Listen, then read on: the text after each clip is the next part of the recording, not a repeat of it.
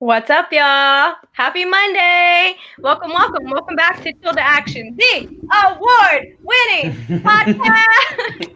Woo! We did it. Thank you all so much for coming in and hanging out with us tonight this Monday evening. Welcome back to Chill. With me, as always, we have my favorite co-host, Mr. Paul DiNuzzo. That's me. What's up, everybody? Happy to be here. Happy to be back for what we're calling season 2 of Chill to Action now. First episode of season 2.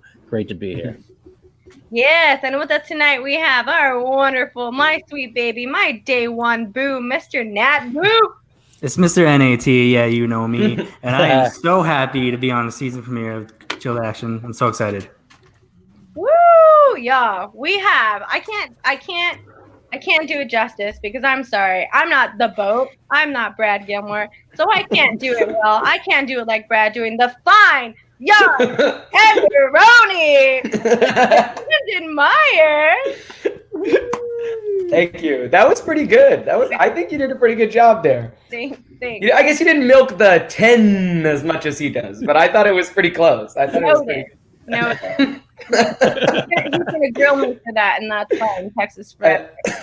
Is that a thing? Is that a thing that you guys had heard of before? Like calling someone a young fine tenderoni? I mean, is that real slang? Like, because I was out of the loop on that. I've heard this before somewhere. I can't at the moment think of where I've heard it. Yeah. No, I've heard a fine young.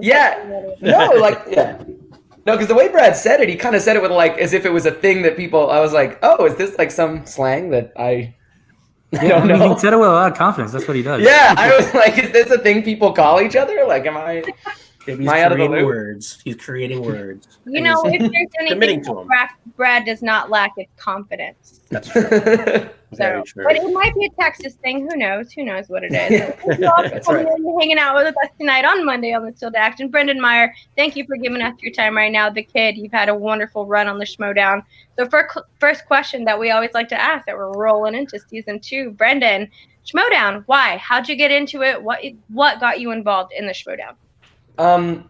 So I've always been I've always been obsessed with movies my whole life, really. I'd say probably 2000. Well, I've always wanted to be an actor and be involved in it. So like even as young as like 5 or 6, like I'm opening up the paper. You remember when physical paper? No, I'm joking. People who are younger than I feel like, but no, I used to get read the paper. I go right to the movie section and look at what was playing, and I'm going through video stores, and so I've always been interested in it, and I've always felt like I've known a lot about it just because I really like it so much. And how I got involved in the Schmoedown was kind of this crazy fluky thing where I was talking to my agent, and I was in the office, and I just made an offhanded comment to him where I was like, man, I remember there was Who Wants to Be a Millionaire movie week, and it was Who Wants to Be a Millionaire, but they were all movie questions. And I was like, if only they'd bring that back, maybe I could make some money on the side or something. I'm like, that's the way as a joke, I was like, that's the only way I'll make any extra money.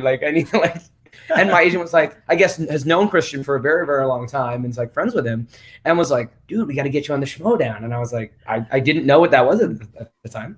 And I was like, oh yeah, sure. That sounds really interesting. And I looked it up, and it's funny. I think I might've said this on the rundown too, but I was really into wrestling for a little while when I was maybe 12 or 13. And I'm not as kept up with it as much for a while, but I was really into it in that time. And so, so the minute I started watching the Schmoedown, I totally understood that inner geekdom was sort of the Intercontinental, and what the idea of a triple threat, the free for alls, the Royal Rumble, all this stuff was an instantly sort of I got it.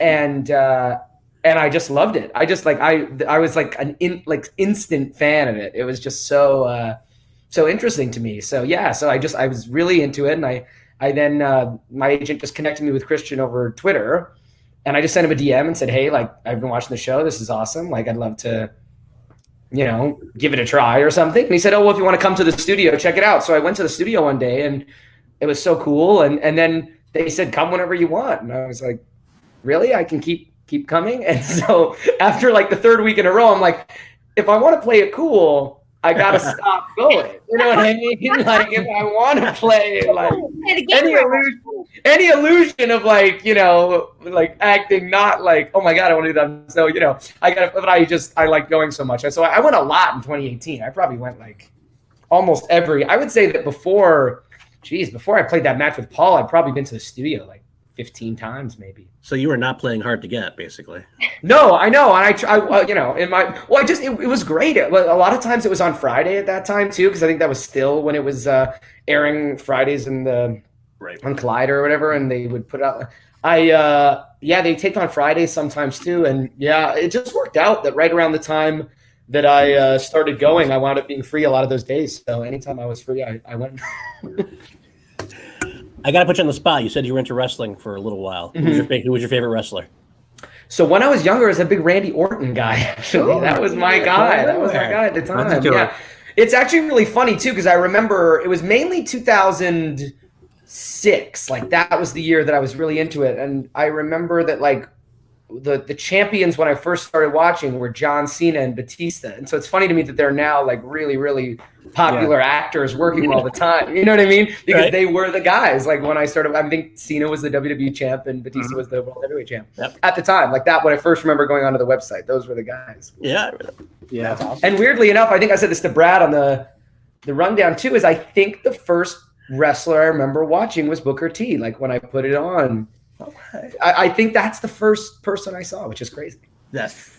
One of the first. World champion Booker T. That's right. That's right. So yeah, no. But one of the things I always loved about wrestling was the storyline aspect of it, right? Like that's what really drew me to it, was this idea of working your way up to a title shot and setting the card for the pay-per-view and the sort of fun roller coaster of who's the champ and who isn't and all that different stuff. So I think that's why I was able to like the Schmoedown so quickly, because it was all that stuff, but it was movies. You know?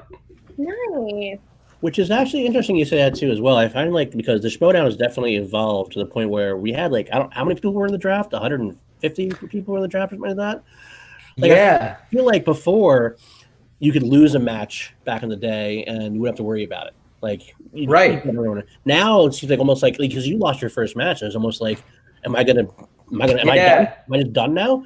But then you have to happen. Well, that's why I kept saying this the other day at the awards. I'm like, I feel so bad for someone has to play Tom in his singles debut. Like, who is that? Please give the person who plays Tom another chance, okay? Don't do that to that person. Sorry, but no. And you know, it was funny because I sorry, were you going to ask a question, or were you just wanting me to talk in general about? I didn't want to cut you off. No, go ahead. No, I was going to say about the free for all and stuff, because losing the first match, like. I also think that I probably like underestimated how like detrimental it was to lose the first match, honestly. Like I remember after I lost that, and it was kind of weird how it worked in that I was gone filming for like the whole month of February. So I like I'd been going to the studio all the time, and then I went and played Paul and lost that match. And then I was actually out of town for a month. So I didn't wind up at the studio again, even before the free-for-all. Like I didn't wind up going to a taping before the free-for-all. So I was filming and I was overseas, like I was in Europe actually. And I was watching the match. And I remember thinking like when I left, I was like, you know, it sucks I lost and I didn't play as well as I wish I had. But, you know, I didn't get knocked out and I did pretty well in the third round. And, you know, maybe they'll give me another match or whatever. And I remember sort of like, I think I was even listening to the rundown and just the way that they were talking about, oh, you know, they just didn't seem like I'd made, not that anyone was being derogatory, but I was like, I don't really think I made much of an impact. Like, I think that this was not so good, you know? And so I remember going to the free-for-all and kind of feeling like, yeah, if I go out in a couple of rounds here, which is totally likely for anyone. I mean, it's probably the single most luck-based event there is. Yeah. You know, I was like, what's the path forward? So I was very fortunate. Yeah. It created the whole season had a weird vibe because it had that weird sort of like it almost felt like I got a second chance in a weird way.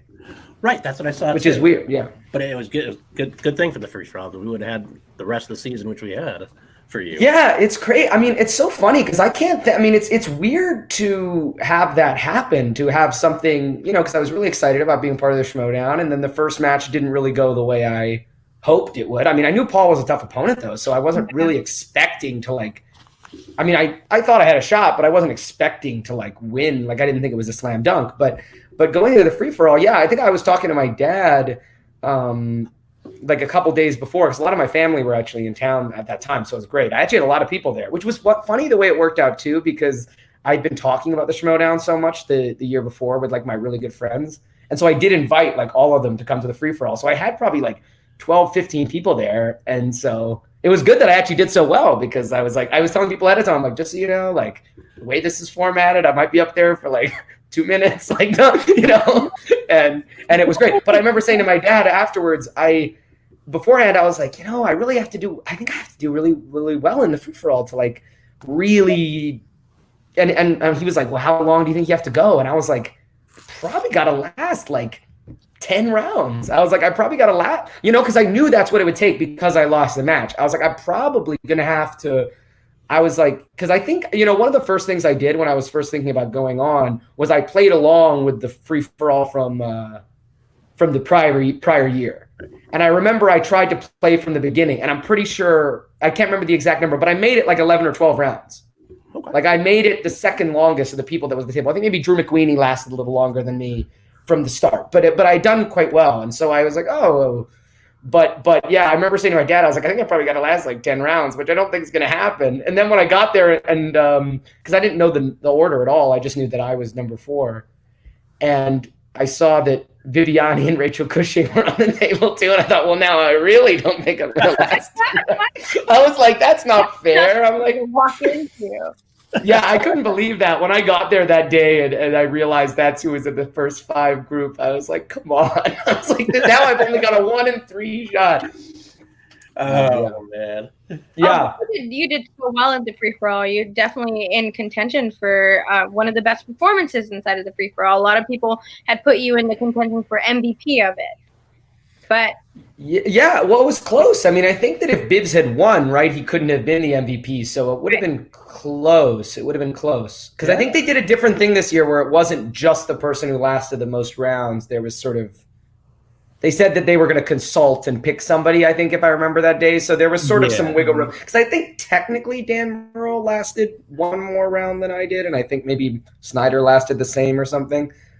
But yeah, there was some wiggle room where I might have wound up with it just because it was, you know, whoever they decided to go with. Right, that makes sense. That makes sense. So yeah, I definitely could have been the MVP if Bibiani had won, which would have been crazy. And so are you in solidarity with your partner in standing? In the last couple of matches, you've been standing, right? Yeah, I usually, what I like to do is I like to sit for the first round, and then I usually stand for the rest of the match. Just hanging out with the partner. That's right. No, it's great. I mean, I actually really quite like playing the game standing, actually. I think it gives you there's an energy that you have there that's great, I think. It's the secret training tip that William Bibiani has kept close on his belt, is what I'm assuming. So. Yeah, no, it's cool. I think you do kind of, I mean, I don't know if I can ever say at the time that like I got a question right, that I don't know if there's a question I would have got right if I was sitting or anything like that, but there is certainly something about standing up that I think actually like engages you a lot more. I think it's helpful for the speed round actually, but I don't know, maybe not. For the speed round? Well, I know. It's one of those really funny things where like, I remember when it was happening and I remember afterwards I was like, you know what? It's like, I wish I could hit the buzzer. You know, it's like going to the studio over and over again. I wish I could just hit the buzzer like a cool person and just like hit the buzzer. But I think if I was worried about that, I would never be able to get any questions right. Like, it's kind of one of those, like you have to clear your mind, especially in the speed round. It's going so fast that like you can't, if you're spending any extra mental energy going like, oh, am I hitting the buzzer in a weird way? I think you'll miss it. You kind of have to completely remove all sort of like, you know, in your head like that. I really do. Because I feel like the intensity that I have in just hitting the buzzer over and over again is sort of tied to, I think, being able to get in. It's, you know, that's tied into, you know, for instance, in the match of Spectacular, like I got 2 of the questions and I don't know if I would have got either if I wasn't in that same mode, you know. Getting a zone. Whenever the MTS was tweeting the draft for this a couple of days ago, they were tweeting the whole draft. I posted a GIF. It was like me refreshing the MTS draft 2020 tag, and I tried for like 3 minutes to find a GIF of you pressing that button like that because that was what I wanted to put on there. I found a cat. Hopefully I'm in another match with the buzzer one day, so I can do it again. We're gonna need that GIF to anyone out there. Yeah, definitely. So one thing I've always wondered. Oh, thanks to Ben. No, I love talking Schmoedown with Ben, and he's one of the people that I think people really, especially in everyone. I think he's such an example of somebody that needs to be looked at and listen to everything he says about the game because he's incredibly smart. And no, you weren't hammered, Ben. When we had our long talk, I think you were fine, and don't worry about that. But no, I think Ben's great. I mean, I've really tried, and it's the same with Paul Oyama. Actually, I've really tried anytime that I lost to somebody. I actually like Paul. I like Paul and Ben as people as well, so that makes it easier. So I wasn't just talking to them to learn. I actually like talking to them, but I do try to listen whenever I get in a conversation about them. Anyone who's beaten me, and even people who have, other people who haven't played or, played and beaten, I still listen. But especially Oyama and Bateman, because those are the two kind of biggest they're only lost had in singles. I really try to listen to them because I think there's real reasons why they beat me, and I think it had to do with superior knowledge of the game. And I think there's a lot can learn from them. It's important. I will attest to that in that after Spectacular, when I was there, one of my favorite parts of Spectacular was at the bar afterwards. It was you, Paul, Ben, and I think Chandru sitting around a table hours after, still talking Schmoedown like you guys just didn't stop, and it was just it was so. I just was sitting there loving what I was hearing. I love the game, and so I think about the game all the time. And so anytime I'm around people who like talking about the game too, like whether it's Chandru or Paul or Ben or any of you guys or anyone. I mean, I just love getting to talk about the game. So yeah, when I'm around people who I can, I'm pretty I like to take the opportunity. Absolutely. Wow. Charger's great too. I talked to him a lot at the draft too. We had a really good chat as well. Yeah, I definitely think there's an advantage to being a fan of the game because you're coming in with that strategic mindset. Like if you talk to people like Chandru, like he's locked in on the strategy. Like he has that locked down. No, totally. I can't remember. I've said this a couple of times to people. I think this year was a kind of a game-changing year for the Schmoedown in that I felt like, 2018 when I watched, the studio and all this different stuff, I felt like loving movies a lot was enough to get to the top, right? Whoever had devoted enough time to loving movies and watching a lot of different films, just that pure love was enough to kind of get to the top. Whereas I felt like this year, if you look at pretty much everybody that got belts, they were people who were in love with the Schmoedown, the game, And I mean, Paul Oyama's a great example of that. Ben Bateman is probably the ultimate example of that, the kind of work that he's put in. But I know Paul puts that kind of work in as well. And look at the work of Kalinowski and Rachel and Kevin Smets. Like even in Nergitum, you saw that with these people who, I really felt like this was the year where it actually kind of wasn't just enough to show up and be like, I love movies, I'm going to do really well. You kind of had to get to that next level. You kind of had to love the game. And like you were saying, like study the strategy and study the past matches. And like, you had to have that knowledge. Yep. That's who we kind of saw succeed this year. Yeah.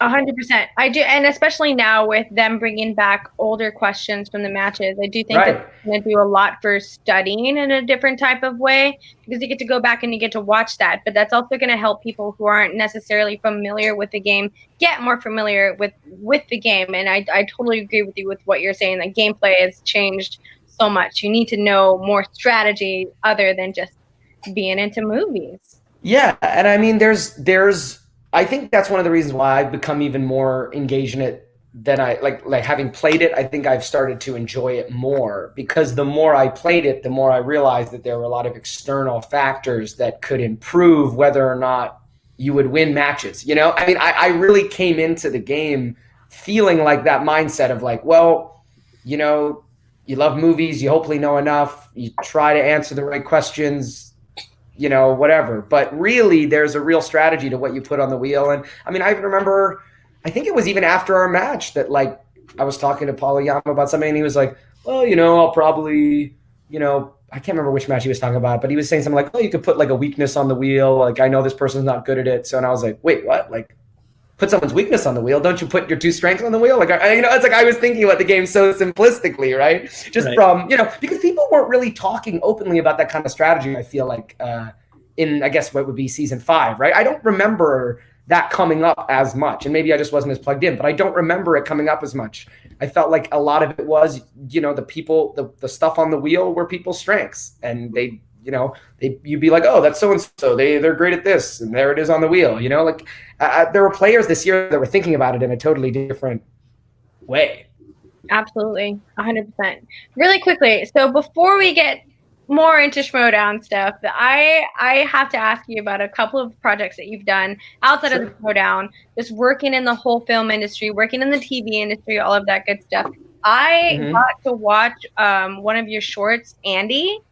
Oh, yeah. I watched Andy, and I was so intrigued with it. Like, I loved it. Like, it like that little plot twist, basically, that totally got me. So you can find Andy on YouTube, y'all. So check that out. It's this guy Mikey Murphy, who does a lot of YouTube content as well, but he's a really, really great filmmaker, and he's only like, he's a couple years younger than me, so he's probably like 22, 23. He would have been even younger when we did that. He's an amazing guy. He's a really, really great young up and coming director. So he's definitely he's got some other shorts of his on his channel as well, and he's awesome. I've done a couple other things with him too, and he is a friend as well. But I met him doing that, and he's an awesome guy. So it got me. Like, as soon as I forgot that it was a short, and when it ended, it's only 12 minutes. My bad. No, I know. He's really, really good at what he does, and I feel like that's a name to remember for sure, because I know he's always working on stuff, and No, and you're great in that also. Thanks. Thanks. Yeah. So there are a couple of other short films that I do want to watch. There is one film specifically that I need to kind of find. It's called Leap for Your Life. Oh, yeah. I know. That's a bit hard to find, but that was really fun. That's very much like a Christopher Guest type mockumentary about the dance competition. And that was a lot of other actors in Vancouver. Vancouver actors are really, really great. Yeah, it was fun. That was a fun thing. I have a very small part in that, but it was so fun because it was quickly in the trailer, they flip your bow tie. Oh, yeah. No, it's fun. That was a really, really cool, that was fun to be part of that. A lot of people that are friends of mine in Vancouver and that were in that, and it was good. Nice. Also another film that I saw that you were part of, Freezer Burn, the invasion. You guys are going deep with this. This is great. I haven't talked about these in a while. Yeah. So how was it like working with Tom Green? Oh, he was super nice. Yeah, actually, I my part in that is I'm just like this jerk kid that actually punches Tom Green in the balls. So that's like seriously, that's pretty much the extent of my part. But no, he was a really nice guy. That was a long time ago now, though. Yeah, that's a long time ago, but he was very, very nice. But I was pretty young. Yeah. I was pretty young. Yeah, your character in that is called Little Brat. Right. Well, he's a brat because of what he did to poor Tom Green. And, poor Tom Green. I can't even remember. It's funny. It's so funny that I can't even remember the context of why I punched him in the nuts. Like, I don't even remember just so bad. I'm like, I can't even, because that was, I think, in 2007. So that was like almost like 13 years ago. Yeah, that was a long time ago. So yeah. That's funny. Wiley Todd in the chat keeps talking about Mr. Young. I think he wants to. Yes. Mr. Young a little bit.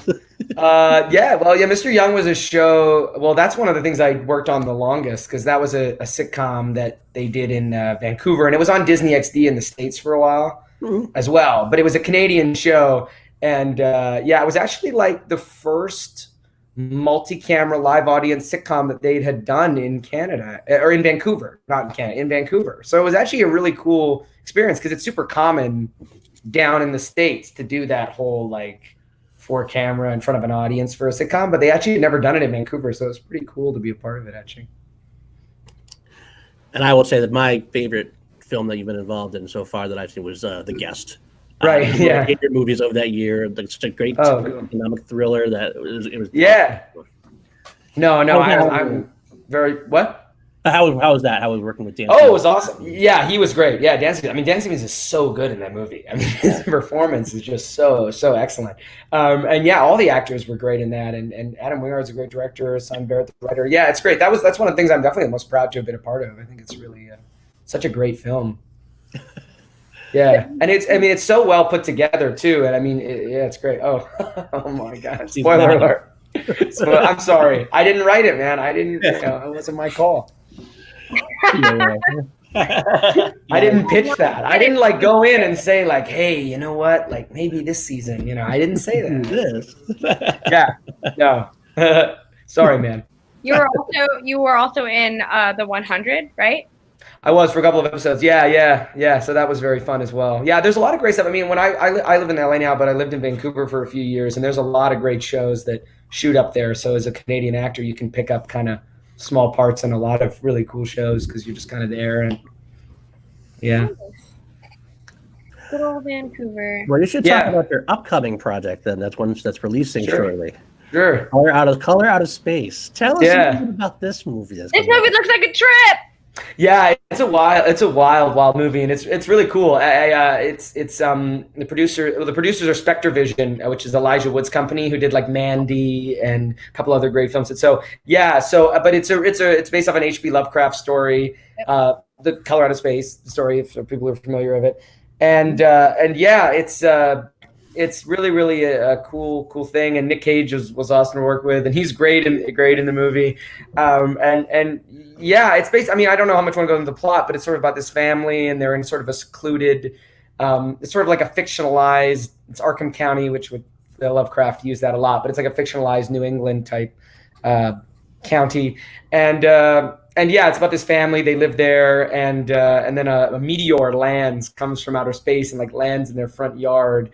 And weird stuff starts happening, and it's really interesting. But I've seen it a couple of times. I've seen it twice, and it's great. I think they did such a great job with it. So yeah, sweet. Yeah, I remember seeing the trailer. I was like, wow, this movie is really cool. I was like, wait a second, that's the kid. And I just completely marked out. I get freaked out so much. Oh, that's awesome. Yeah, it's cool, and it's very cool because the director Richard Stanley, he hadn't made a movie in like 20 years.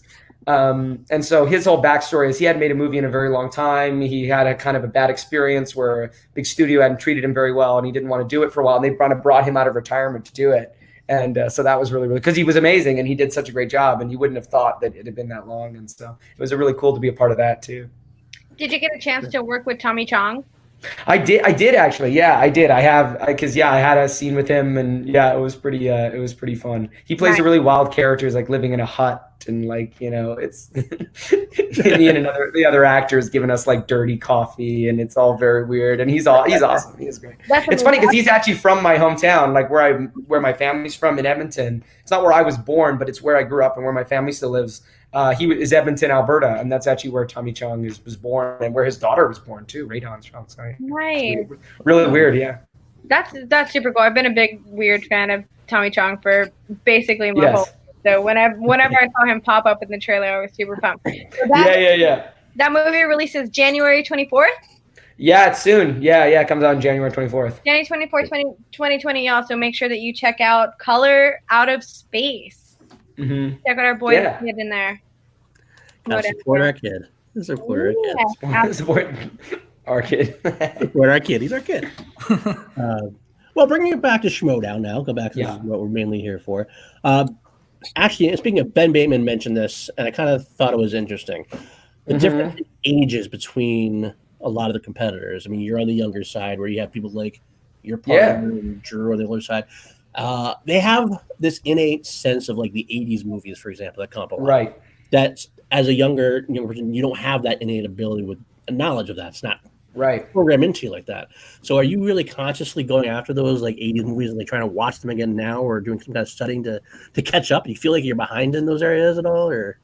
Yeah, absolutely. I mean, I think, I definitely feel like there's areas where I think being the age that I am is a disadvantage. And going back to what we were talking about before, I think going back and watching old matches is the biggest way, because it's like to think about every movie made in the 80s, I think is too overwhelming. I don't know how you would do it. And something that I tried to do this year, and I'm going to continue to try to do next year, sort of like figuring out what are the movies that were iconic that like I may have missed because of my age, that they will ask a plot specific question about, right? Because I feel like there's a tier, talking about like the kind of strategy and stuff like that. There's like a tier of Schmoedown movies, and you think about this all the time. There's types of movies like Ghostbusters, right? Or Raiders of the Lost, although that's sort of an inner geekdom, but something like Raiders of the Lost Ark, they might ask you. Well, I'll give you a funny example of like, I remember before I was playing Stacey Howard in the tournament, I was going to watch a lot of Julia Roberts stuff, right?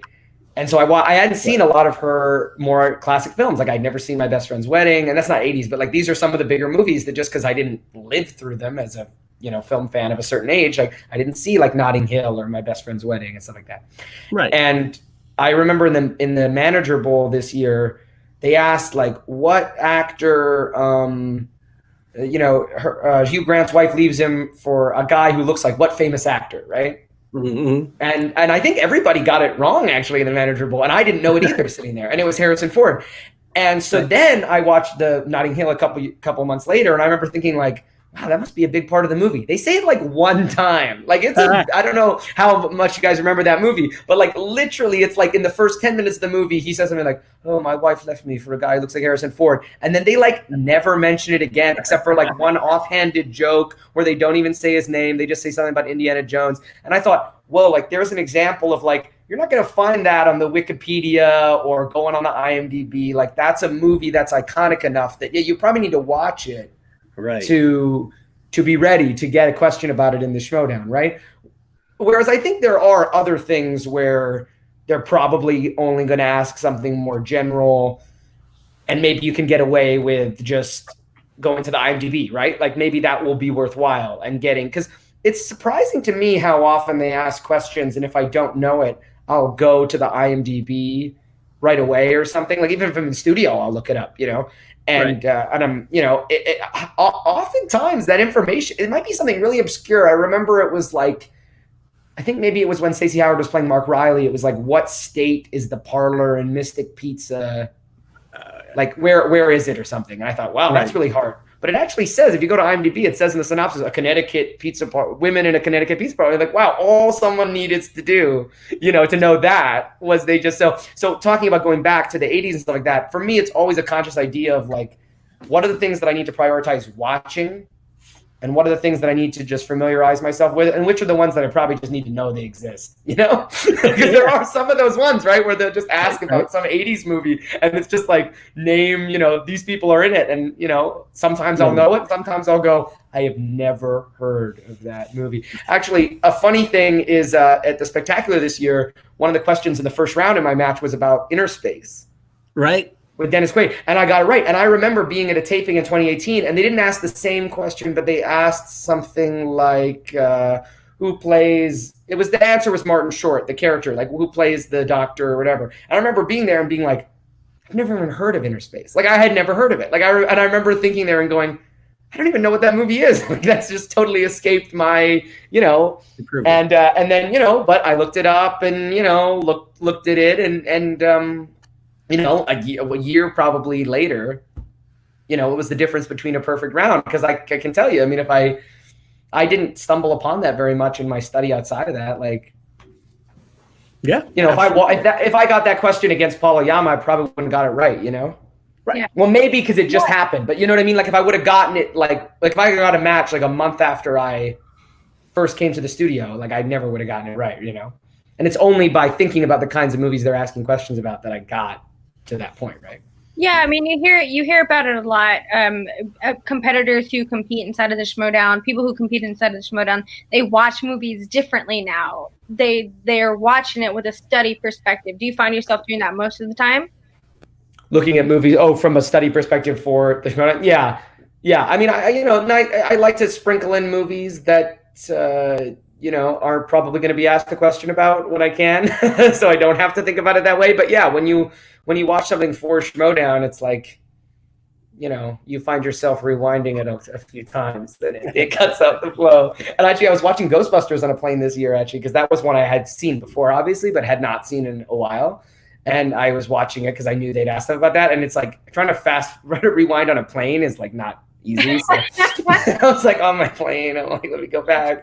Because, you miss something. It's like, most of the time, it's funny with the Schmoedown how much, I don't know, maybe some people are different, but I'm surprised how little I retain sometimes about plot details on something that I watched like one time. You know, like even if you look at the question we got in the spectacular about the disaster artist, and like, you know, that was the thing that killed us in the betting round. And it's like, why did he, like, what did he do that prevented him from getting a part on that sitcom? And it's like, I've seen that movie, you know, like, Right. I actually have read the book. I mean, not for a long time, but I remember I came home from the spectacular and I had the disaster artist book sitting under my TV. And so I came home and I'm like, I think I'm going to move this to my room. I don't think I want this in my sight for a while. But it's a weird example of something where it's like, it's a movie I've seen. Like why didn't I remember? But you know, it's weird. Some things you just don't retain. Makes sense. You know, and so that's why when you watch something for Schmoedown, sometimes you even need to, while you're watching the movie, go back and go like, wait a second, what was the name of that company, or what was that person's occupation, or something, you know? Yeah, your ears perked up now for things like that. Absolutely. Yeah, you have to, and it's yeah, absolutely. Sure. And it's true because it's like you think about that with Inner Geekdom, but it's the same for the other leagues. Oh yeah, Inner Geekdom players are nuts too. I know they start watching movies on like 1.5 speed and stuff, so they watch. Oh yeah, I mean it's a whole nother level for them, but you do have to apply to some of the same skills, right? Right. You know what I mean? Not like paying attention to things that maybe you wouldn't normally care about, really. Care about. Yeah, really. Right. I think that absolutely. Well, should we go into it? I think we should go into it, guys. This is the sports analogy here. We're gonna have some spoilers here. We're gonna go into the draft a little bit. So spoiler time. If you don't want to know anything about the draft, you should probably leave for at least 10, 15 minutes or so. Guys, can I run to the restroom really quickly? So why don't you guys want to talk a little bit? I'm just gonna run to the restroom really quickly. It's gonna be like absolutely 5 minutes. Okay. Yep. Okay. While Brendan is out going that really quickly, because I did see someone say it in the chat, we won't talk about the draft, but we will talk about this cutie little thing right there that Kelsey was just saying. All of that good stuff. So congratulations to everyone on the crew. Super pumped, super proud. It's so nice. We legitimately did not think we were gonna win. We had so many people tell us that we know y'all are gonna win, so we voted for so and so instead. And that was very disheartening to some of us because we didn't think that we were going to win, but we did, and we're all very proud of it.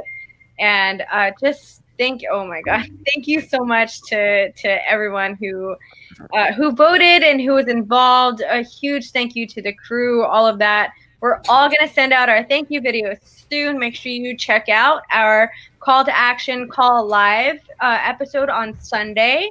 We'll talk about it a little bit more, all of that good stuff, but we will get our thank you videos out there for the award. So thank you all to every single person who voted.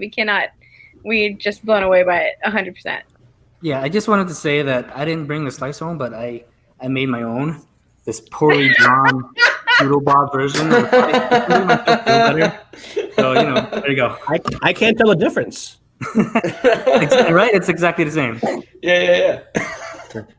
Get some colored markers and you can do the whole, Absolutely. We got this. That's right there. A little bit of white, just a little bit. But anyway, let's get into some spoiler. Okay, so this is spoiler territory now. The first question I have to ask about the draft, because it was crazy. It was definitely crazy. Yeah. So did you know right away, did Ghai talk to you guys beforehand and tell you that you were going to be first? For his mind of like, because kind of like you knew that Rox was going to do Odd Couple. Yeah, no, he did. I mean, he didn't come up to. I mean, we talked. I certainly not to me. I mean, maybe he did to Bibbs, but no, there was certainly not a moment where he kept it a little close to the vest. Like he didn't come up to us like that day and go, just so you know, I'm taking you 100% if I get the chance. He actually never said that. So. Oh, okay. Is that what? Did you and Bibbs have a thought that was where you were going to go? I mean, it seemed like it just based on some of the other talk, like some of Frank's drafts and stuff like that. Because, I mean, I felt, we knew Roxy was going to take the Odd Couple. And, it was a little bit, I guess there was a little more doubt about Sam, but everyone was pretty sure he was going to take, I guess because he didn't come out and say it like Roxy did. I guess we didn't know. But I think everybody kind of expected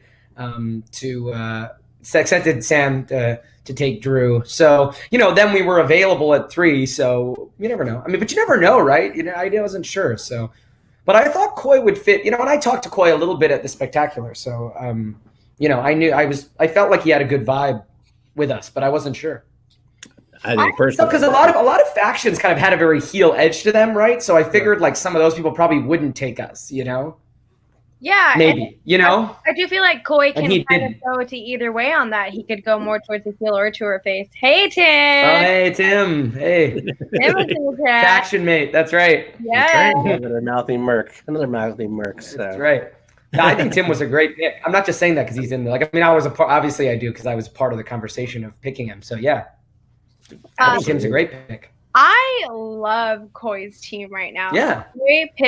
Ghai had such a great pick for the teams. First of all, I mean, the real rejects get to stay together. Right. Yeah. On his team, Shazam on his team. I think it was a very obvious choice between you or the family that was going to technically be the first pick, because we all knew that Roxy was going to take the odd couple. So it was that. Right. It was just a heads up in the air. I genuinely thought that Sam was going to pick Shazam for the first pick. So it was a huge surprise to me to see him go. And it shouldn't be, because he was with Drew McQueen for so long, so it really shouldn't be. But as soon as the family was announced, I knew instantly that y'all were going to go with Ghai. And watching Ghai recently on his live streams and everything like that. You also have Mark Kanopik on your team, Haley Fowle, and Joseph Scrimshaw.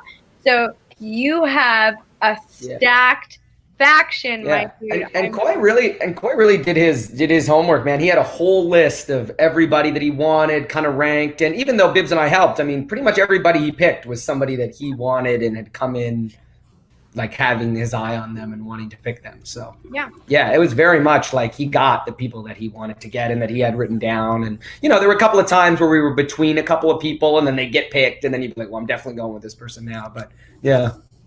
And I think you. But he really had a plan. Sorry, what were you gonna say? And I think you and Biz fit so well on Ghai's team too, because now you get to stay full blown baby faces, and we need more of that in the league. Yeah, no, I think he's a perfect fit. Like, it felt very natural. Even when we were doing the little post interview with Jen in the back there afterwards, it felt like, oh, this is the perfect person to sort of, be the manager for us. Yeah. Those are going to be the fun things to see, because we were there, but we don't get to see those post-interview awards or the post-interviews after the whole draft. Right, yeah. So I'm super pumped to see all of that and see how each other. Yeah, I'm interested to see those too, because a lot of anyone that I wasn't in, I didn't see either. So I would be interested to see those as well.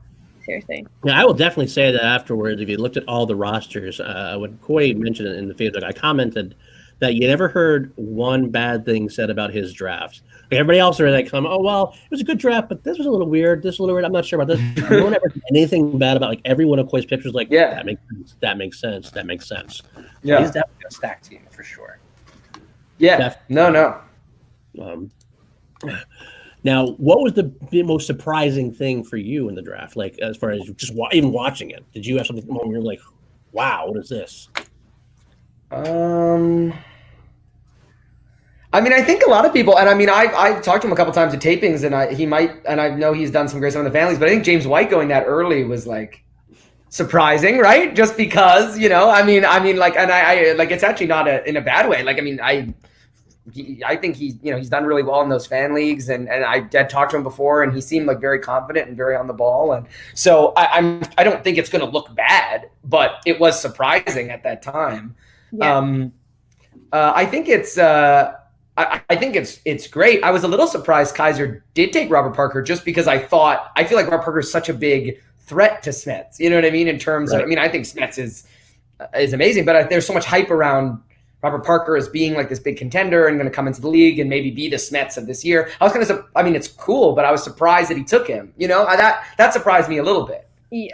That he, you know what I mean? Like, I was kind of surprised that he took it. With I think the entire place erupted as soon as that was announced, because that's such an insane. And he's a really nice guy, by the way. I got to talk to Robert Parker. Oh, he's so nice. He's so great. He's so great. Yeah, he's so great. Robert Parker genuinely is the best, and that's a huge spoiler for anyone who has not seen the draft. Oh yeah, I know. Spoiler. And how crazy? Yeah. We said it ahead of time, so y'all already knew that we were talking spoilers. Yeah, and that when Robert Meyer Burnett took Josh McCouga over Ethan Irwin and Oyama, and what about how crazy was that? That was insane. That's what I should just do. Just like say all the craziest things for the people who haven't seen it. Like, we're just gonna throw everyone off for it. It'll be beautiful. And I'll wait. Christian Harloff was drafted by RMB. So. Christian Harloff drafted. Yeah. Well, no, it's on the Rockstars. So yeah, Robert Meyer Burnett got some great players though, because he has Ethan Irwin, he has Whitney Seibold, he has a lot of really good players actually. Yep. I think Whitney Seibold is someone who just needs a break. Like, I don't know, not a break. He needs he's getting unlucky. I'm saying he's just a lucky break. Yeah, a lucky break. No, totally.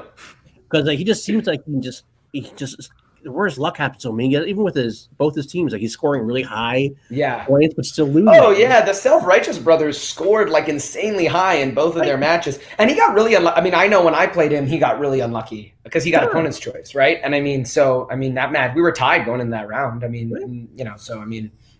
did have some bad luck this year. So you got to figure that's got to turn at some point. So I mean, I think totally. That'd be great for no.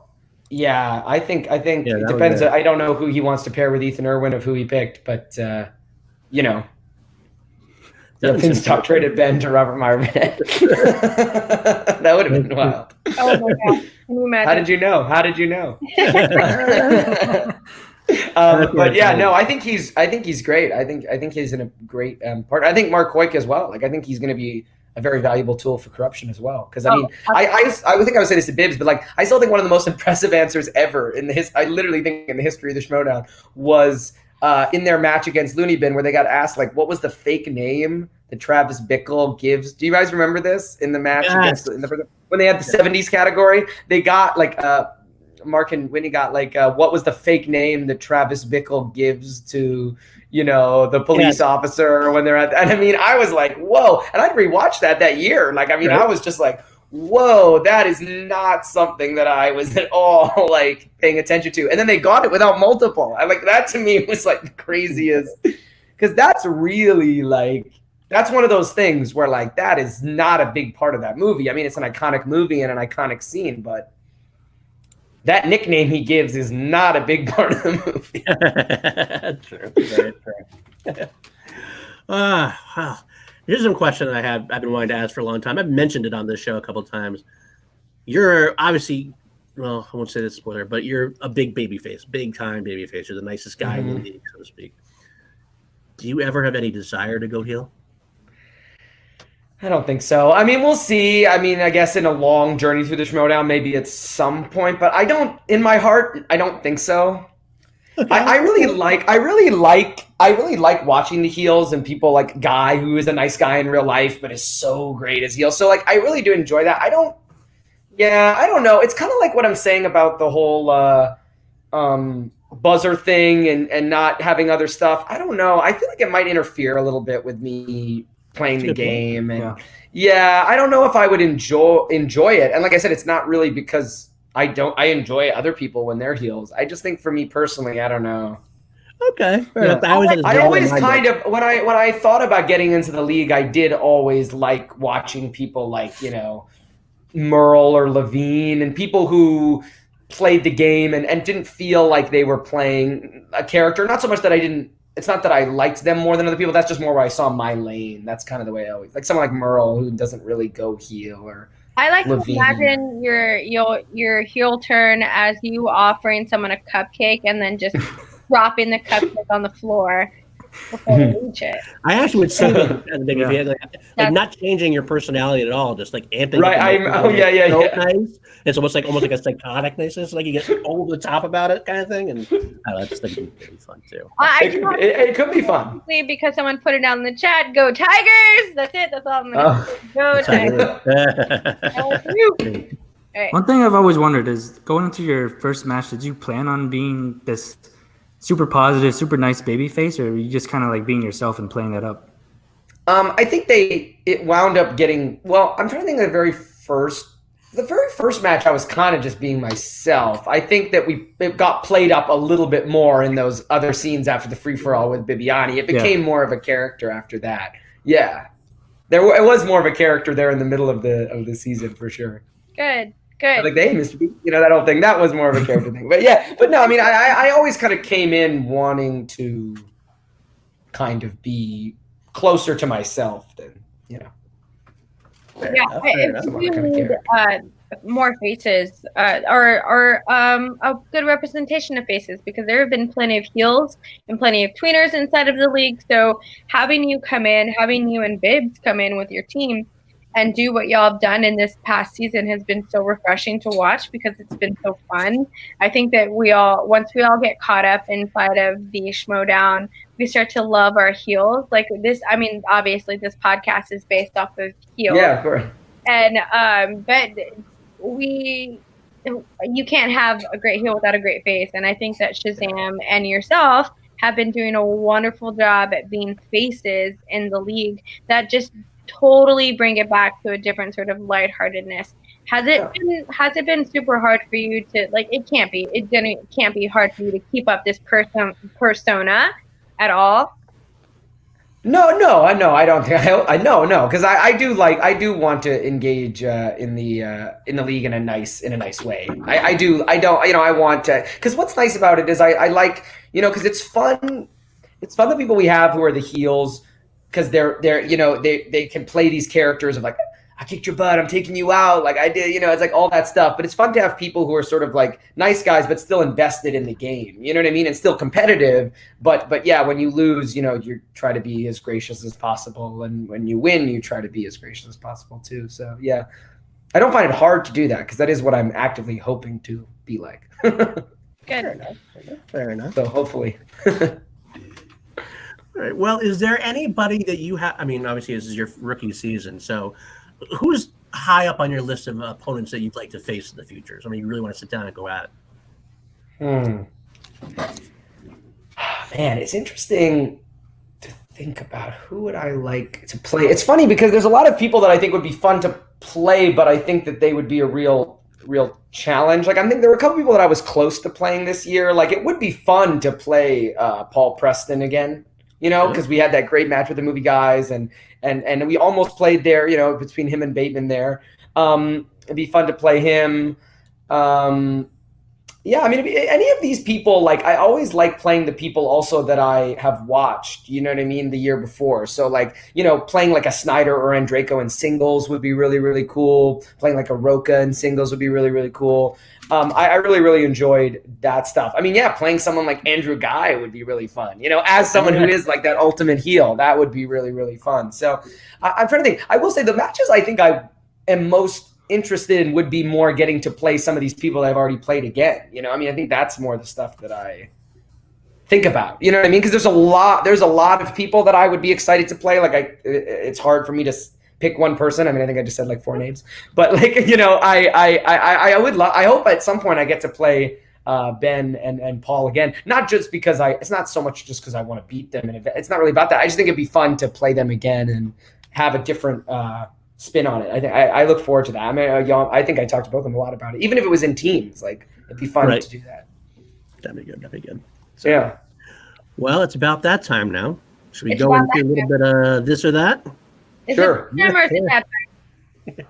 This or that. If you haven't watched our show before, this is where I will give Brendan choice A or choice B, maybe with context, maybe without context, and he'll get to choose, and you can expand on it if he wants to, or you can just leave it as it is. We'll go from there. So if you're ready, we'll just throw them out there quick as we can and go from there. Okay. The first question we always ask on this podcast, same one always. Are you Team Ghai or are you Team Trader? There's only one.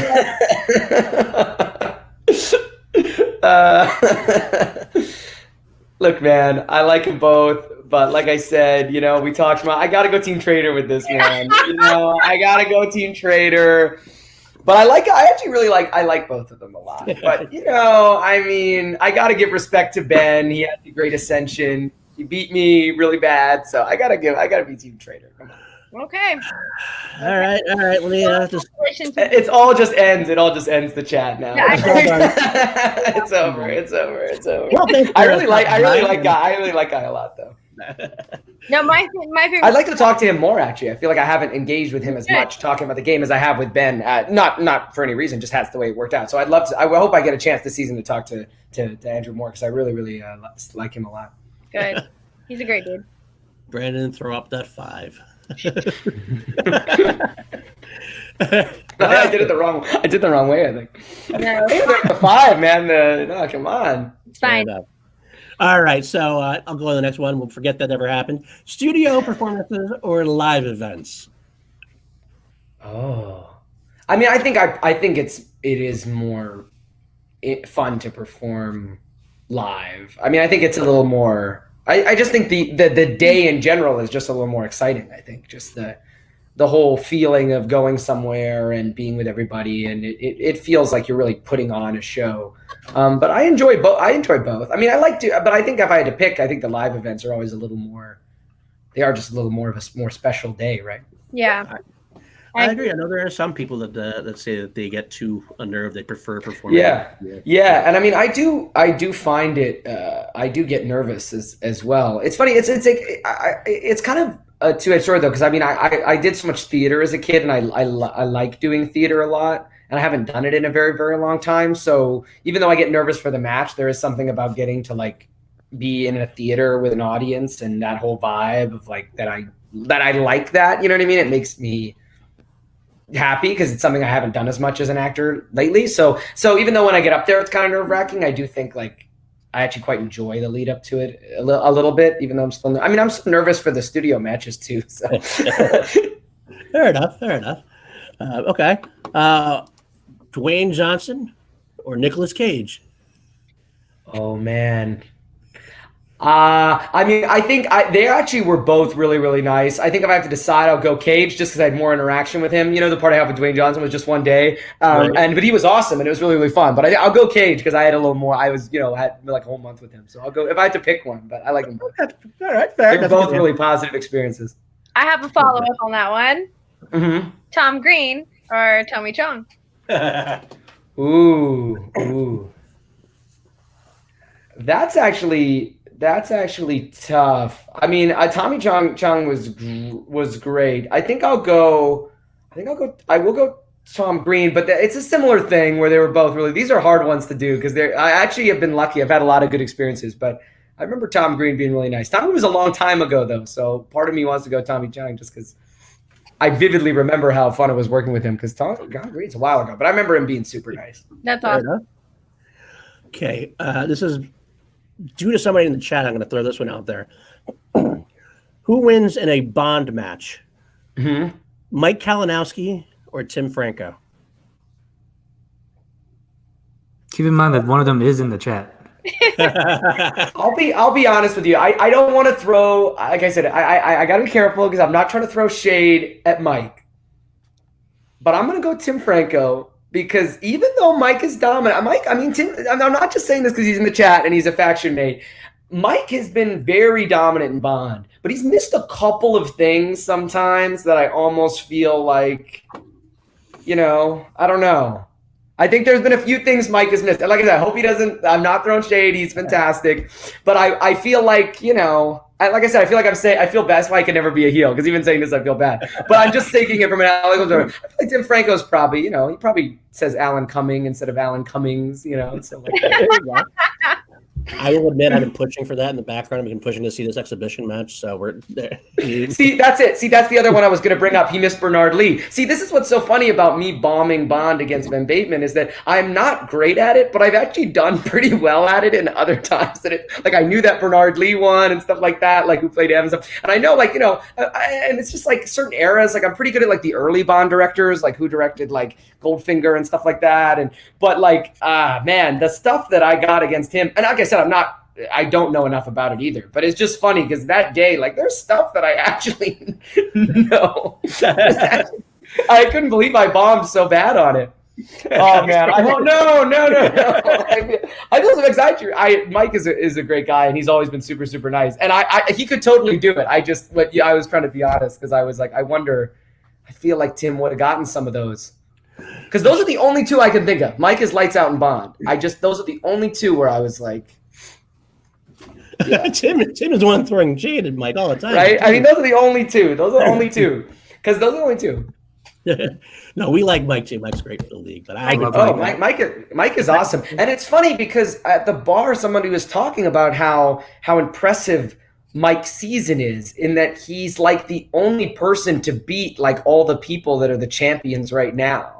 Like if you look at it, he was the only person to beat the Founding Fathers this year. He was the only person to beat Ben Bateman. He was the only person to beat Kevin Smets. I mean, it's really incredible. Yeah, it's amazing when you go through and look at that. So his season is actually really, really even more impressive, I think, than sometimes is even talked about, even though it's so impressive. It's amazing actually what he was able to accomplish this year that isn't just how many belts he won. You know what I mean? Like there's a lot of really good things that he did.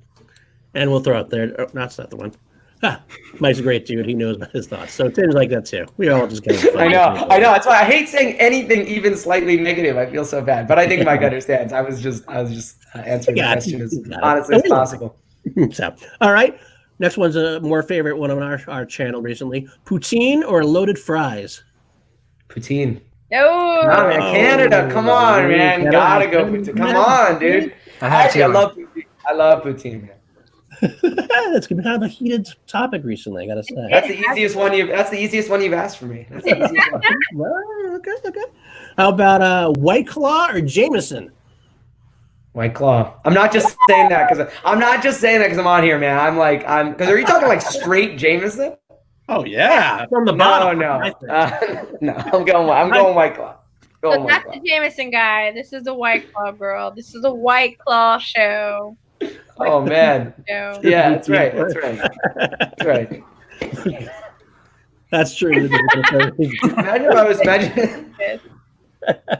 We'll have to get on that context later.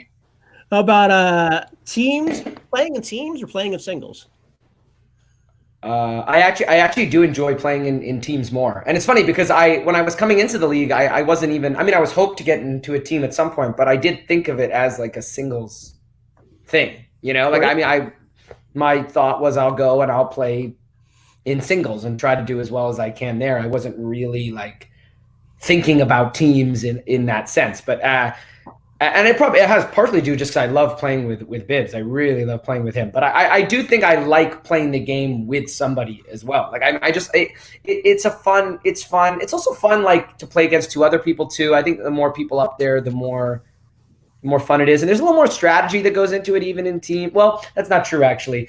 Maybe the strategy is more fun in teams in that way, is that you get to sort of like have someone to bounce it off of and figure out, if you're good at this and I'm good at that. Whereas with singles, you really are, it's all you and you have to so I enjoy playing teams. Like I think if I had to choose, like if I could only keep playing in one league, I would choose teams. Okay. Fair enough. Yeah. Okay. How about, do you prefer working in movies or in TV?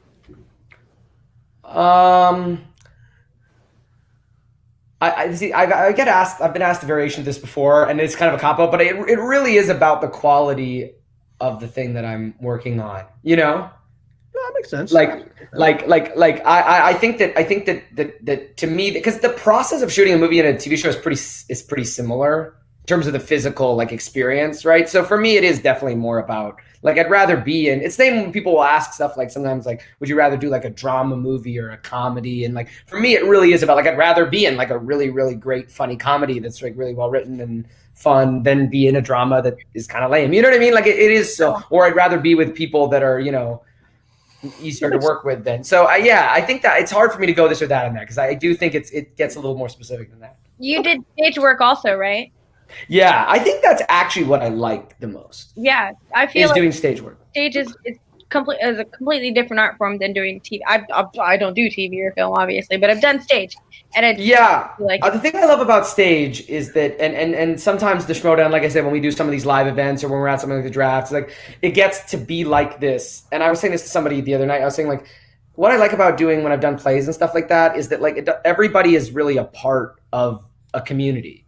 If you're in a movie, if somebody has a 2-scene role, you really are just there for 2 days and then you're gone. It's a good experience. Or if you're, someone who's there every day, you don't get to interact as much with people who have small roles as well, right? They're in and then they're out. And whereas on a play, everybody's there all the time. Even if you're Hamlet in Hamlet, the guy who plays the gravedigger is there at every show too. He's there when it starts. He's there for every dress rehearsal and run through. So everybody feels a part of a cohesive whole. And that's true of, and you get that a little bit in film and TV with crew and stuff like that. But there's something really great about the camaraderie of the actors that happens when you're in a theater play that I like. I agree with that too. I used to love being in theater myself. So yeah. That's the one thing. That's probably my only thing that bums me out about at all about anything is just like I haven't done a play in so long. Like that's probably the only thing I could point to talking career wise. Where I'm like, I am really bummed that has happened that way. So I think if you said that to like 16-year-old, 15-year-old Brendan, like you're not going to do a play for 10 years, I'd be like, I've made a huge mistake. But I'll get back to it eventually. The nice thing about stage work is that you can play, so young for so long, Right. I mean, I already look young as it is. So I saw like the To Kill a Mockingbird play on Broadway last year that they're doing, and like the people playing Scout and stuff are like 30s. 25, yeah, like 20, like 30, yeah, they're like 30, right? And they look older, whereas like I'm mid-20s and I still look 16, so I could probably play like a kid in To Kill a Mockingbird for like 15 years. You know what I mean? Like I'd probably still be able to do it in like 10 years, Fun fact, my very first stage production was To Kill a Mockingbird. Oh, no way. I played Scout, yeah. Oh, no way. There you go. Of course, if you did it now, you'd be working with my favorite actor of all time, Mr. Ed Harris. That's right. He's awesome at that. Is he your favorite actor? You never mentioned that. I've never mentioned that before. I know. Really? I mean, he's great. He's great. But, okay. Here's one. Zombies or Fear of the Walking Dead zombies, since you've worked with both. That's right. I think the Fear of the Walking Dead zombies are scarier. Probably. They're a little scarier. Yeah. Okay. Yeah, both great though. Yeah. There's a little bit of a risque one, so we'll end it with this one. Having sex or hitting that speed round button like you do. They're so similar. That's what it seems like. Aren't they one and the same? I mean, is there really a difference? I don't know. Hitting the speed round buzzer. I don't know. I mean, after I hit the speed round buzzer, at the end was just this crushing disappointment, though, of not winning. So I'm not sure. Maybe I have to pick the other one. Well, having sex for now. Maybe next time when I hit that button, if there's something positive at the end of it, maybe I'll pick different. Change our answer at that point. Perfect. Yeah. If I'd won the belts after hitting the buzzer like that, it would have been a very easy question. Well, they can both be speed rounds. Hey-o. Okay, so that's what we'll end this week this or that episode. Thank you very much for that aspect of it. So we should start getting our chat questions in, correct? So everybody in the chat, if you want to start throwing your questions at us, we'll start doing our plugs and stuff. Danie, you want to go first? Yeah, that's right. Chat, make sure that you get your questions in there. For Brendan, if you had already submitted a question earlier, please make sure that you resubmit again so we can make sure that we can get through it and that we can see it. So thank you very much. Paul will keep an eye out on for that. Words are hard. For that in the chat. Thank you so much. So you can find me on Twitter at Danie Joy right over here. That's right. You can find me everywhere on the Facebook pages, all of that good stuff. I'm going to be a little bit more interactive. You can find me on my Instagram, which is the exact same thing. Danie Joy. It might only have one E. Who knows? And all of that good stuff. You can find me here next week on Monday with my sweet baby Paul on Chill to Action. We will be having Mr. Chance Ellison. Chance is coming on, so please be on the lookout for that. All of that good stuff. Nat, hit us up. You can follow me on Twitter at NatIce44, and you can check me out on AAA Live every other Thursday. I think we're going live this Thursday with a potentially very special guest. I'm not mentioning who in case it falls through, but be on the lookout for that. Fair enough. Let's go, Paul. You find me at Paul_DiNuzzo on Twitter and on the Facebook page. And, of course, I run the Team Action Patreon. So please join us and keep me employed with Ben and Drew. We're introducing some new tiers, and we're going to have some very fun things going. They have their show debuting Sunday. I believe it's going to be, I want to say 5:30 Pacific, a new 2-hour Action Guys. It'll be very fun. Guests, call-ins, whole sorts of cool stuff. And that's what we're doing. Yeah. Actually, can I say one thing? And this is actually not I'm not meaning to plug it in this sense, but I actually think for somebody talking about how to get better at Schmoedown, I really do think listening to the podcasts of the other people who are involved in the league, people like Ben and Drew and Bibbs and Whitney and stuff, are super valuable tools as well, actually. And on that note, the Patreon does Ben and Drew do a lot of behind the scenes after every match. They do a whole breakdown of what happened, getting right to their heads. It's good. It's good stuff. Yeah. Yeah. There are plenty of people inside of the community who you can join their Patreons for. Roxy Star has a Patreon. Mark Riley, John Roca, the Action Industry guys. Make sure that you join the MTS Patreon, all of that good stuff. If you're not a part of those, find those communities, be a part of it, because you really can, like Brendan said, get some really good insight into everything. It's where I do half of my research sometimes. So make sure that you check all of those out. Brendan, plug anything that you need to plug. Well, I mean, on Twitter, I'm Brendan KJ Meyer. Actually, my Kurt and James are my two middle names, so that's why it's Brendan KJ Meyer. And so it's that on Twitter and on Instagram. So yeah, that's where you can find me. And yeah, if you go check out Color Out of Space, coming out on the 24th. Yeah. I'm very excited about that. Very excited indeed. January 24th. So while Paul sets up the YouTube questions, I am going to be looking for the Facebook and Twitter questions. So always make sure you guys, I try to plug this show on Facebook and on Twitter. So you are always more than welcome to ask me questions that you want to ask anyone who comes on the show there. If you do not get a chance to be part of the show, submit your questions and watch back on the show later. Make sure that you like, comment, and subscribe on this video, especially if you want a second date. That's how we do it here. Just do all of that stuff. So, Paul, let's do this. Let's do this thing. Okay, I got one right here. Jerry Miller wants to know, what does your family and agent think of the Schmoedown compared to acting?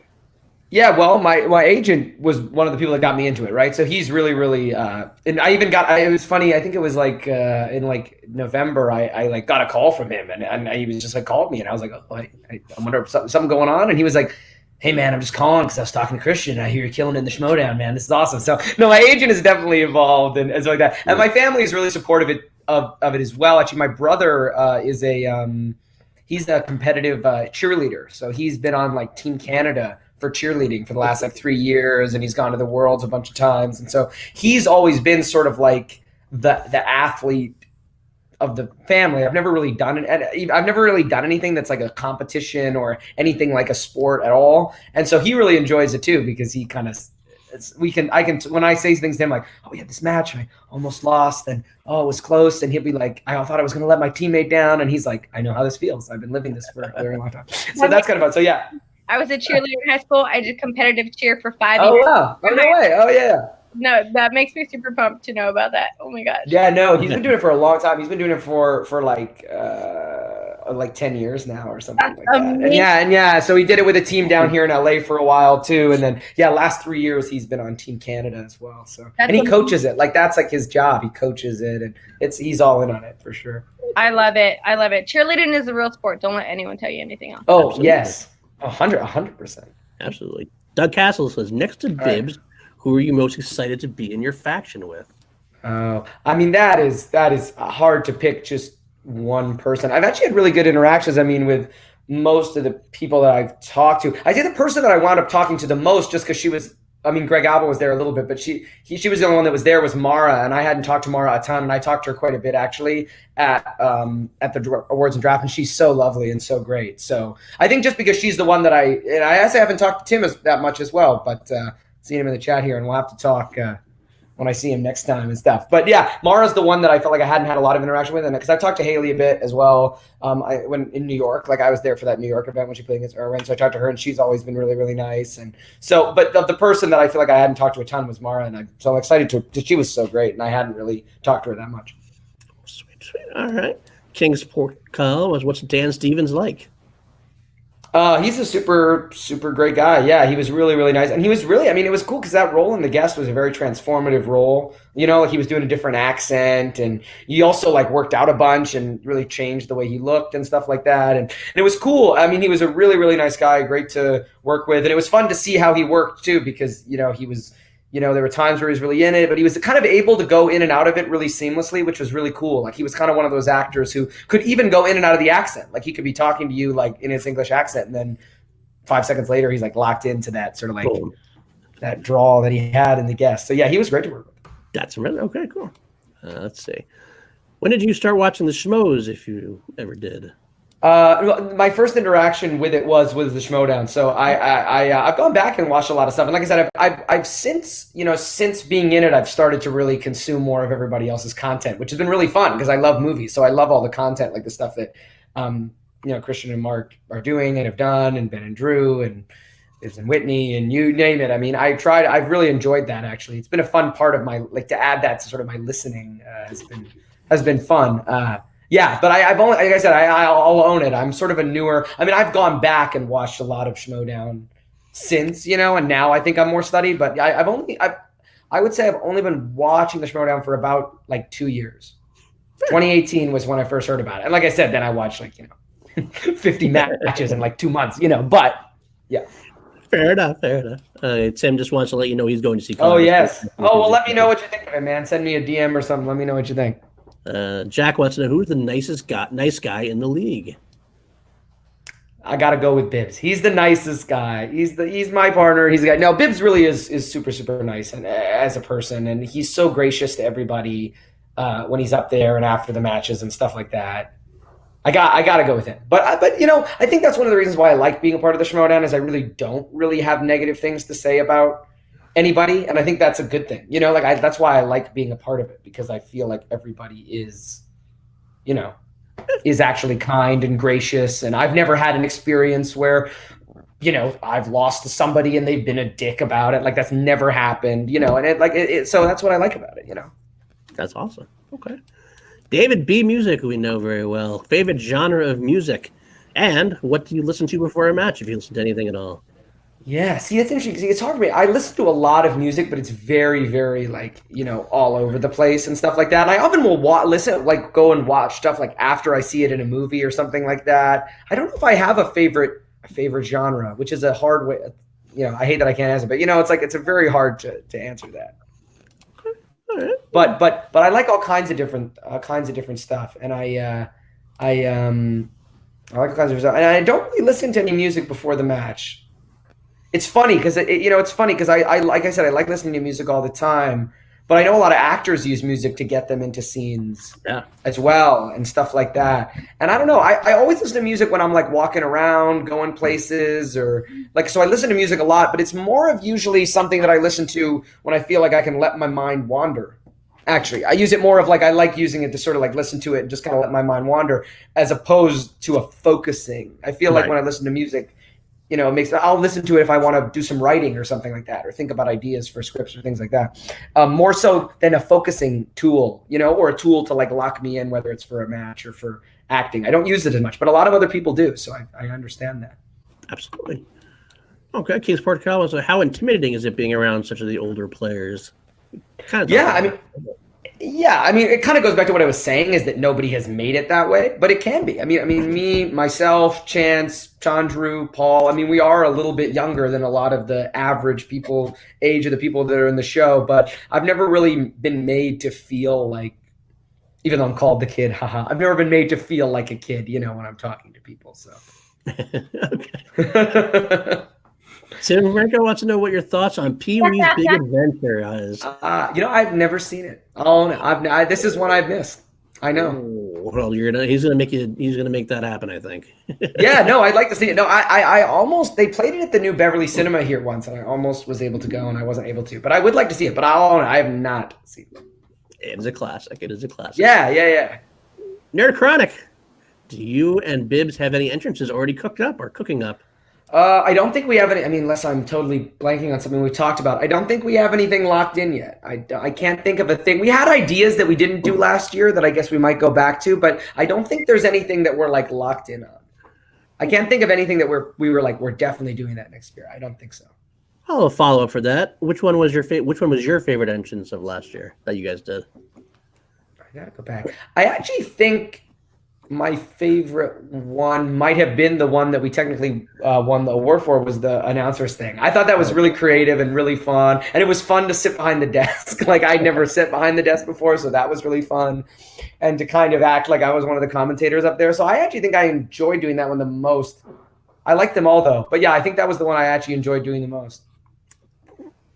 And I thought it was such a great idea. Kelly W. Bibbs came up with it, so I thought it was such a great idea when he came up with it. It was a great. I love that. Yeah. That was my favorite one too. So, Kelly W. Other people have mentioned that being the Schmoedown has ruined watching movies for them. Do you have a favorite movie that's been ruined because of the Schmoedown for any reason? Oh, that has been ruined. I'm trying to think. Looking to Get Out was one of my favorite films, and when I couldn't remember it, no, I'm joking. That was the question we got in the Angelina Jolie thing that nobody had heard of. No, I'm joking. The obscure film that no one knew. No, I don't think there is a specific movie, because I think it could, right? Like if you missed like your 5-pointer, like Win the Belt was like something really, really like that you felt you should have known in a movie that you, because it does, they do linger with you, the things you get wrong. Yeah. Like I remember after the first match to Paul, it's like, I missed the question about Mean Girls that I almost got right. I missed the Winter's Bone thing. And like anytime you see those movies now when you're just going around, now when you see them, you think of that question you missed in the Schmoedown, not the movie that you saw, So I don't think it's ruined anything, but it's definitely happened. It has happened now. If, like I said, I came home with the Disaster Artist book sitting near my TV, and I'm like, I don't want to see this name when I wake up every morning when I'm watching my movies. But it hasn't ruined anything. But no, it's weird now where movies have a different like emotional, like they trigger something different in you than you would think, because you might go, hey, that's a question I got right, or oh, that's a question I got wrong. It's funny that way. So like even when you see them going through Netflix, you're like, Fair enough. Questions Okay. on Twitter from Ed Haskell on Twitter. Ed Haskell, big fan of the show, big fan of the Schmoedown, all of that good stuff. He does ask, have you ever shared any of the Schmoedown with any fellow actresses or actresses that you've worked with? And if so, have any of them gotten into it? Well, definitely I was talking about it a lot because it was when we were doing the second season of the OA actually. I went to the studio a couple of times, and then I actually like had to go, and we were shooting the second season of the OA for like a month in Portland. And I was talking to the other guys like about it, and the other actors, and so they all know about it, and they're all like super like invested in it, and so and actually Brandon Perea, who's one of the actors, he was there at the free for all, and so actually there were a few people who are actors. Like I have another friend, Karis Dorsey, that I've talked to about it, and she actually came with me and my brother to go see it in New York. When I happened to be there, we went. So I do have some friends who have been to a few live events with me who know, because I talk about it a lot. Nice, very cool. Yeah. Another question from Nerd Chronic. Mr. Eric Rodriguez, who has been drafted, spoiler alert. Yeah, that's right. That's right. To the 10th round. What are your suggestions for rookies coming into the year? That's a great question. Yeah. Well, we touched on some of them. Like I said, I mean, I think that, like I said, I do think it's very important, and I'm sure a lot of people do this anyway, but it is super important to remember, like, if you're watching a match, whether it's like an old match or whether you're in studio, like a lot of people will be, if you don't know it, like make sure you then go and look at the IMDb page, and like don't just go, oh, I didn't know that, and kind of move on. It's super important to like, kind of like I was talking about the inner space thing. Like it's super important to make sure, because they might ask about that movie again, and it might be something different, and so it's super important to. And what I've noticed too is that often if a movie pops up once, there's probably another question for it rattling around in there somewhere. Yeah, and you gotta pay attention to that. And the other thing I would say, I mean, I don't know, this is a little bit specific, but I think if I was someone who was going to play in who was going to play in a match this year, and they're going to make their debut, like someone who was just drafted, right? Like I think it's the one thing that I wish that I'd known when I was playing Paul was something that I only really started to think about later in the season. I think I talked about this on the rundown too, but if you're within 5 points of somebody in a match, you always have the chance to come back in round 3 if you hit the 5 and they don't. You're always still in the match. And the one thing that I feel like I didn't do right against Paul Oyama was that I kind of thought, well, he's a great player, and so I need to take a couple swings here in the second round. And so I'm going to be only 75% sure this is right, but I'm going to just go for it, because I can't afford to keep checking down to multiple because I'm already down by 3 or something like that. When in actual reality, as long as you're within 5, like it's really not that big a deal. Like I even think about the match that I had against Ben Bateman, where I had not a great first round and then he went perfect and it was 9-5. If I could have gotten something in the second round that I was good at, that match was totally still within reach, even though when you're up there, you feel like I'm down by 4, I'm trailing. Ben Bateman's a great player. I gotta, but if we'd both gotten like 6 out of 8 in the second round, I'm still within 4. So that's the one thing that I feel like I didn't know that I would have helped me. Like if you get up there and for whatever reason that first round doesn't go the way you expected to, don't blow it in the second round going for, and don't mentally, like, it's almost like not even just strategy, like don't mentally allow yourself to stay relaxed mentally if you're within that.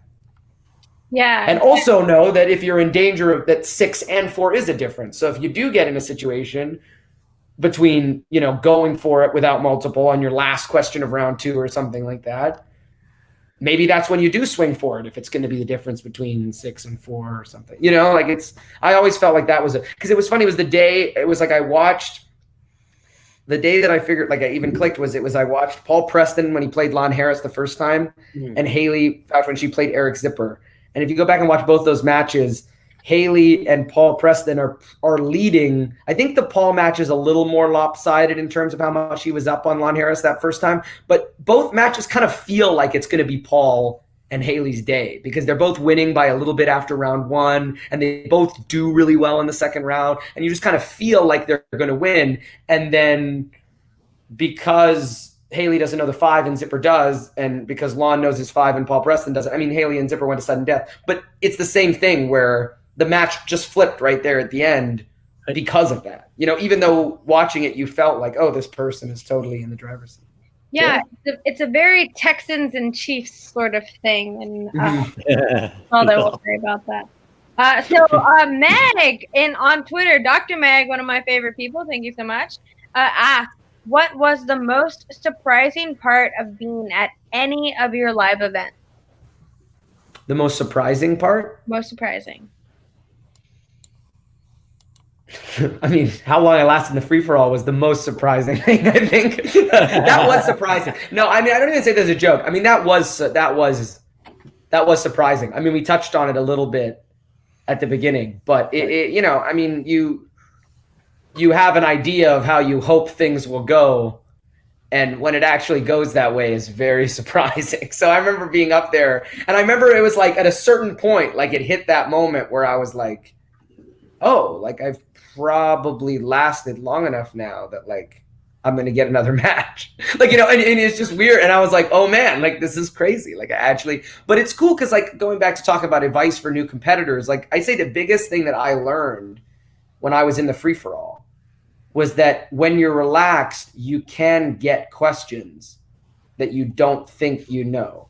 Which going back to, that's one of the things, the mental headspace you're in will actually affect, because, you know, I remember early on in the free-for-all, I missed a couple of things because I was nervous. And like I said, once I kind of hit that point where I was like, man, if I go out now, like kind of did what I wanted to do. And like, I suddenly started lasting even a little bit longer than I probably would have. Like, I remember there's that round where I have to get the question about the best man or whatever to stay in it. There was a round where like I had to stay and get that question right. And I remember being up there and they asked like what, you know, whatever the question was. And I remember literally thinking up there like, oh, I don't know. And I'm going to go out now, but it's not really a big deal. So as I've made it, and I'm so lucky to have made it this far, this crazy, I guess I'll think a little bit about it because I'm here. And then I was like, oh, you know what? I saw a lot of trailers for the Best Man Holiday, and all those actors were in that, and it was a sequel to The Best Man. Oh, you know, it's probably The Best Man.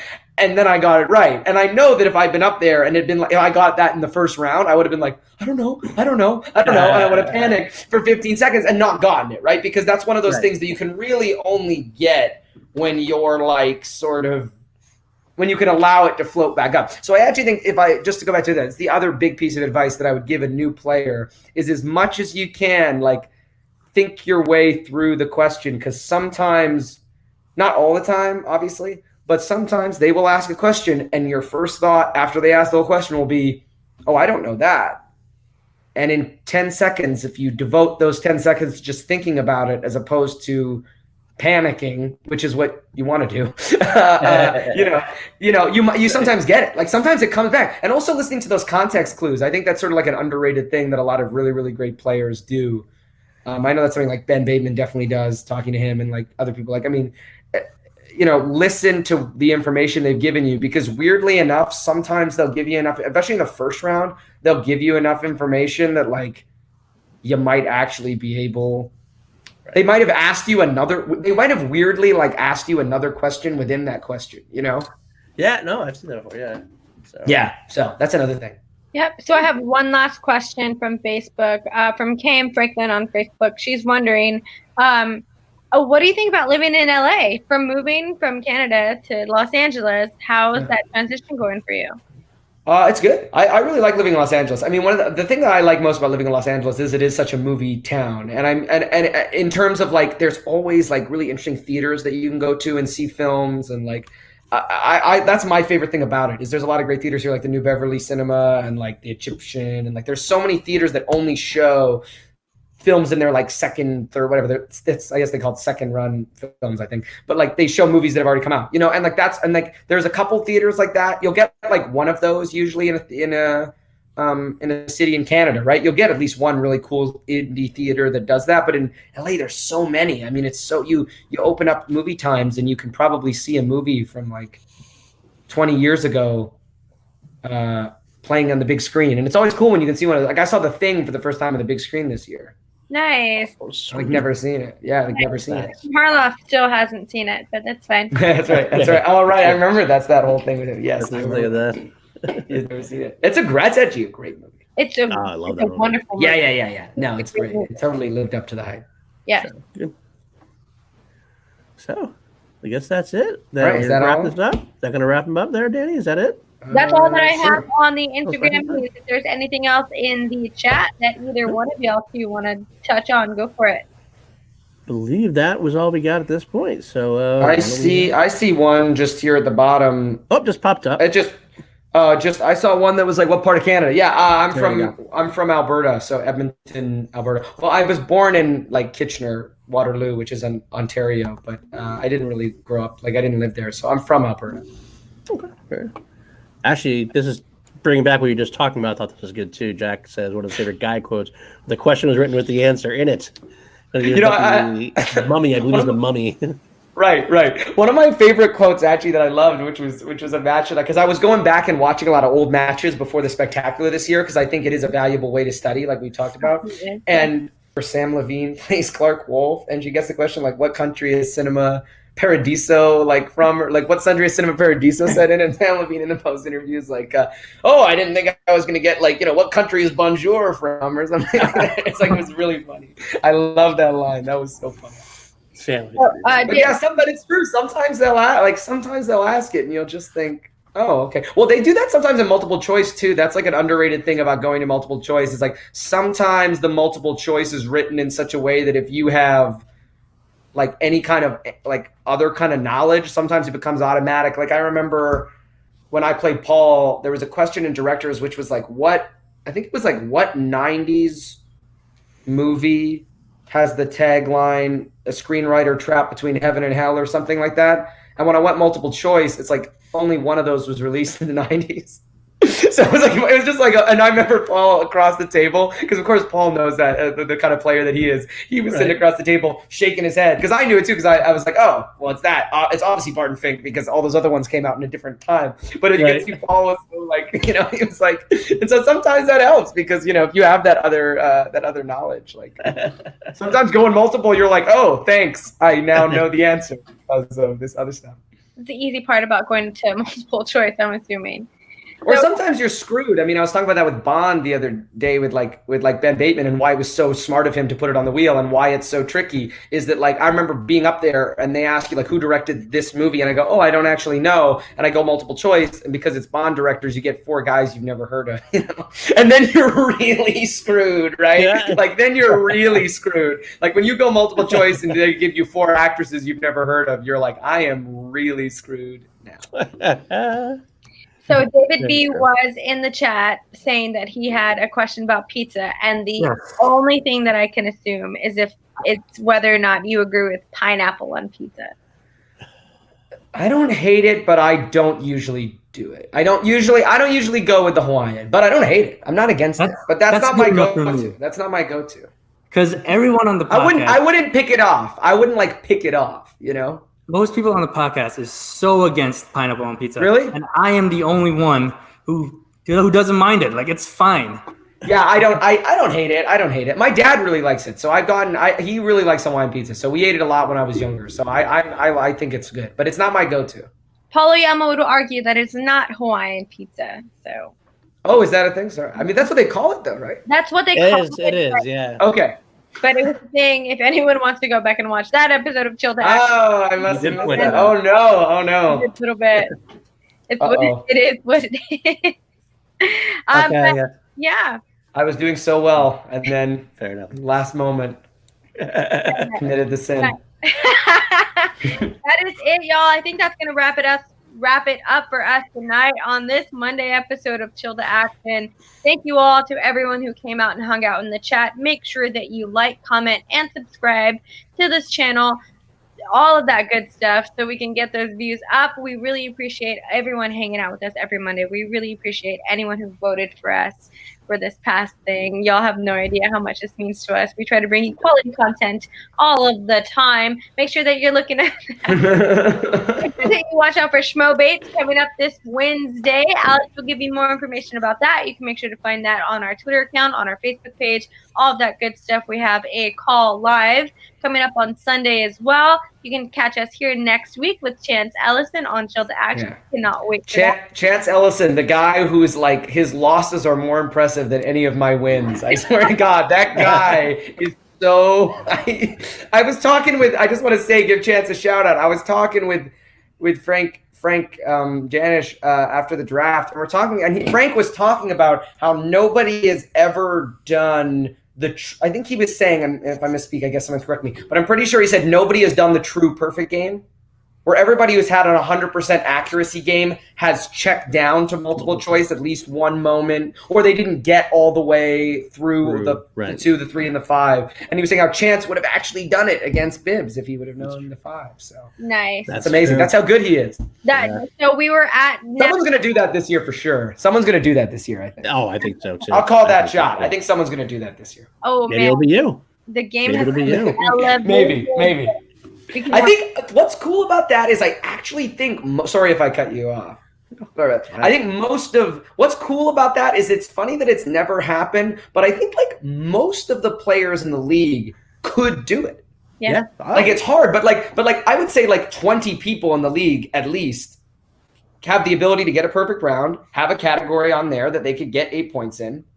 And anyone can get the 2, 3, and the 5, like potentially if they're a great player too, right? So it's weird that it hasn't happened, but you could totally see somebody who's not like one of the top 10 players in the league be the first person to do that. You know, absolutely, I could see that happening. There's a lot of them you could see that, but it wouldn't be shocked at all.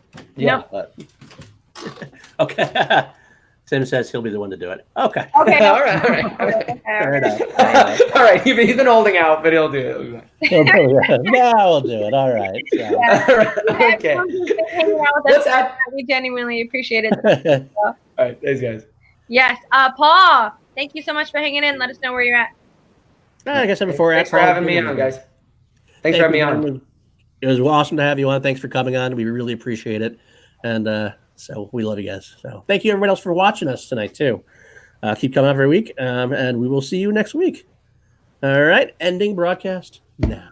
Thank you all so much for everyone here, for Paul, for Nat, for Brendan. Thank you for everyone at Action Industries. We salute you. We love you. We'll see you next week.